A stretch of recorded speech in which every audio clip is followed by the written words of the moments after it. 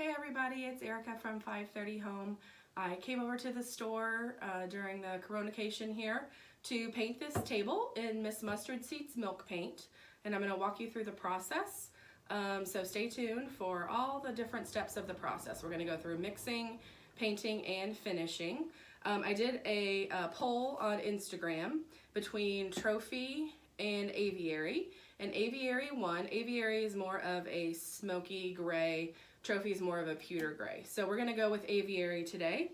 And I am going to start mixing up the paint. So right here, I have a half a cup of water, and I am going to mix in equal parts of the Aviary.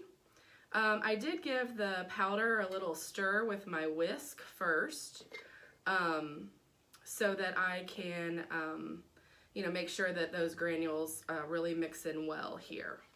So as you can tell, I put the water in first and then the powder. I like to do that so that the paint can dissolve. I also think you get a little bit better mixture doing it that way. I know not everybody does, but that's my preferred method of mixing. So next I am going to talk about how to mix. There are a couple different ways, and I have them all here. So you can go straight with a paint stirrer. I like the battery powered mixer, or you can use a whisk. So I'm going to do the battery powered mixer today, and what I like about it is just the time factor. You can mix it up pretty thoroughly to start.